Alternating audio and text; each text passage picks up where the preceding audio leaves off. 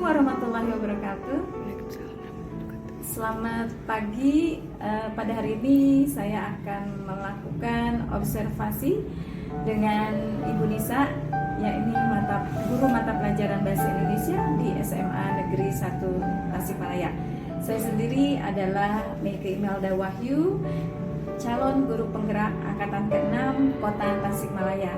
Saya guru bahasa Inggris di SMA Negeri 1 Tasikmalaya. Pada kesempatan kali ini saya akan melakukan observasi, yaitu pra-observasi, kemudian observasi dan pasca observasi. Terima kasih. Assalamualaikum warahmatullahi wabarakatuh. Assalamualaikum Bu Nisa. Gimana kabarnya Bu Nisa hari ini? Alhamdulillah baik. Meike sendiri bagaimana? Alhamdulillah sehat. Masih ceria nih, udah siang juga ya. Harus tetap semangat. Iya, semangat. By the way, hari ini Bu Nisa ngajar di kelas berapa ya? Kebetulan hari ini mengajar di kelas 19. 19 ya. Kita hari ini mau rencana mau observasi kelas ya Bu Nisa. Sebelum observasi kita ngobrol-ngobrol dulu nih. Boleh. Ya. Bu Nisa itu ngajar bahasa Indonesia kelas 10 ya. Kelas 10. 10-9 hari ini. Tujuan pembelajaran hari ini apa nih Bu Nisa? Oke, karena sekarang kita masuk ke materi yang baru, yaitu materi teks biografi. Jadi dalam materi teks biografi ini diharapkan selain siswa mengetahui pengertian, cirinya, karakteristik teks biografi itu seperti apa. Selain itu, siswa mampu mengangkat pesan moral yang bisa diteladani dari tokoh. Itu sih yang paling pentingnya, poin utamanya apa yang bisa diteladani dari seorang tokoh yang nantinya akan menjadi tolak ukur atau bisa menjadi cita-cita bagi siswa supaya mereka itu bisa mencontoh mereka yang baik-baik yang sudah sukses. Jadi tujuan hari ini Bu Nisa dan anak-anak akan belajar tentang teks biografi ya, Bu Nisa ya, dengan memberikan definisi, kemudian ciri-ciri, ya kemudian mungkin nanti struktur ya, struktur teks yang akan mereka nanti bikin sebagai teks biografi yang nantinya akan menjadi cita-cita mereka tuh pengen jadi apa, nah mereka bisa melihat dari pesan yang disampaikan ya, dari contoh dari mereka. Inspiratif ya Bu Anissa, jadi udah nggak sabar nih saya nanti lihat bagaimana Bu Nisa dalam menyampaikannya. Kalau area pengembangannya nih gimana Bu Nisa yang nanti akan Bu Nisa capai ketika Bu Nisa akan mengajarkan materi biografi teks ini, areanya apa? Area pengembangannya? Karena kan tadi sudah disebutkan ya bahwa biografi ini karena berbeda antara teks yang satu dengan yang lainnya, otomatis setiap teks itu memiliki ciri-ciri ya Bu ya. Nah, yang menjadi area pengembangan di teks biografi ini, selain mereka bisa membuat suatu teks biografi yang menarik, yang tentunya nanti ketika orang lain membaca mereka akan tertarik dan akan mengetahui si tokoh ini memang keahliannya itu begini dan sebagainya. Tentu saja dengan kebiasaannya, dengan ejaannya, kemudian mereka harus mampu mempresentasikan.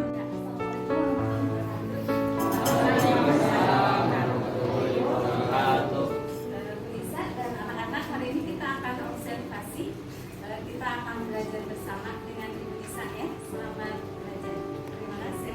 Silakan Bu Nisa. Siap.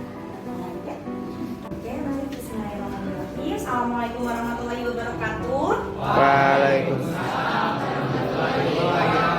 Selamat siang. Siang. Oke, bagaimana kabar hari ini? Baik, semoga kita selalu diberikan kesehatan dan kebahagiaan setiap hari. Jadi, untuk hari ini kita akan mulai pembelajaran yang baru, tapi sebelumnya kita observasi dulu. Apakah kalian pernah mendengar dengan yang namanya biografi? Pernah waktu kapan? Waktu SMP. Biasanya di dalam biografi ada apa saja? Oke, tokohnya harus terkenal atau tidak? Oke, biasanya yang diceritakan di biografi itu tokoh yang seperti apa? Yang berinspirasi, terus apa lagi? Apa? Iya, inspirasi terus. Oke, yang punya pengalaman, kemudian Nah, ada yang paling penting. Biasanya yang menjadi tokoh di dalam teks biografi itu adalah tokoh-tokoh yang memang dia itu menjalani karir kehidupannya itu dari zero to hero. Jadi tidak serta-merta dia itu langsung misalnya langsung sukses, langsung kaya. Otomatis dia itu harus memiliki perjalanan yang panjang terlebih dahulu. Baik, sebelum kita mulai untuk pembelajaran teks biografi, ada beberapa foto. Nanti tolong ditebak siapakah tokoh ini. Oke? Baik, yang tokoh yang pertama. Siapakah mereka? Ada. Oh, mari kita tebak. Katanya belum ya. Siapa Dex?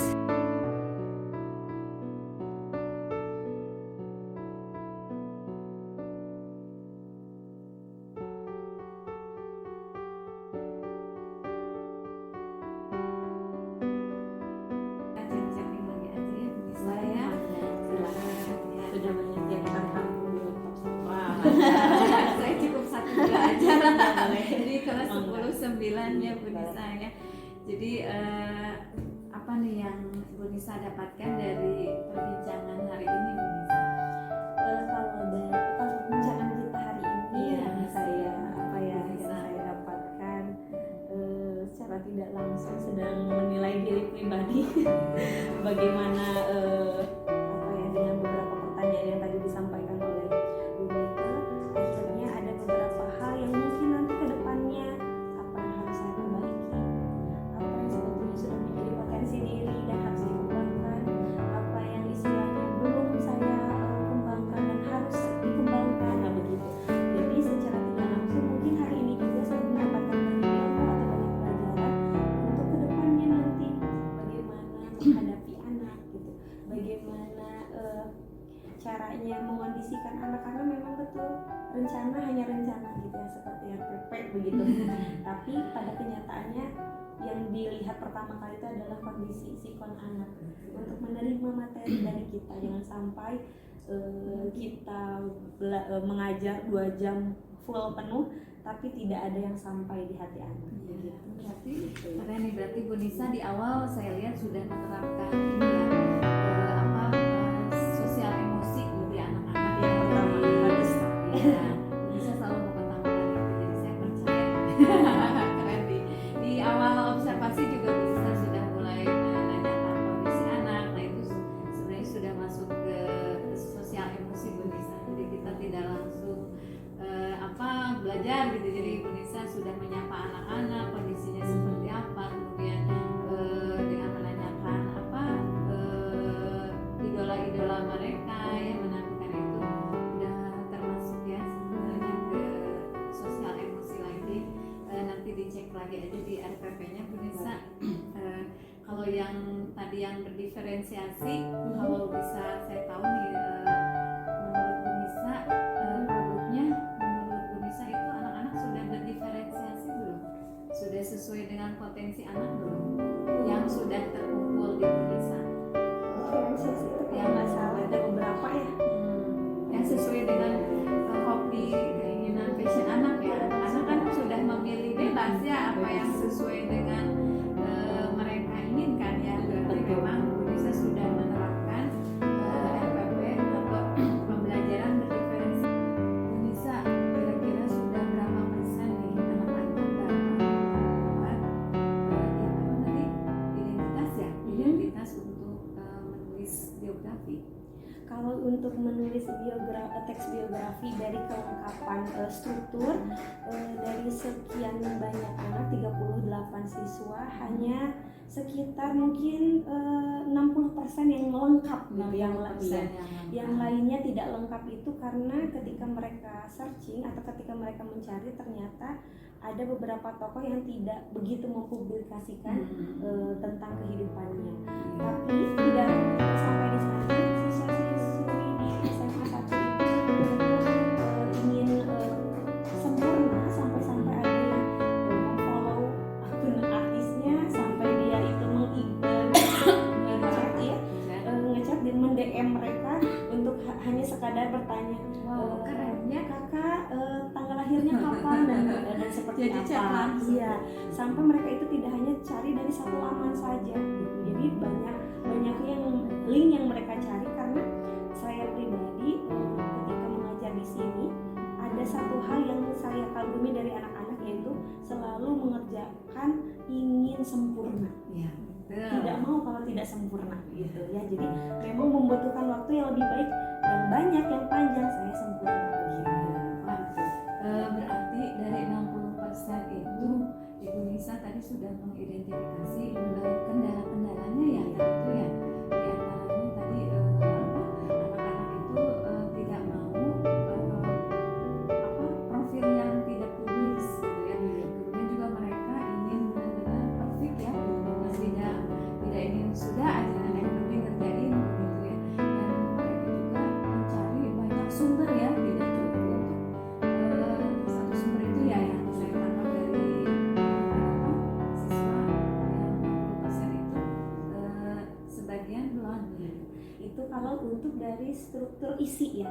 Kalau Ya. dari struktur kebahasaannya, ejaannya, mereka sudah terbiasa. Dari mulai penggunaan ibu, tanda titik, koma, mereka sudah terbiasa.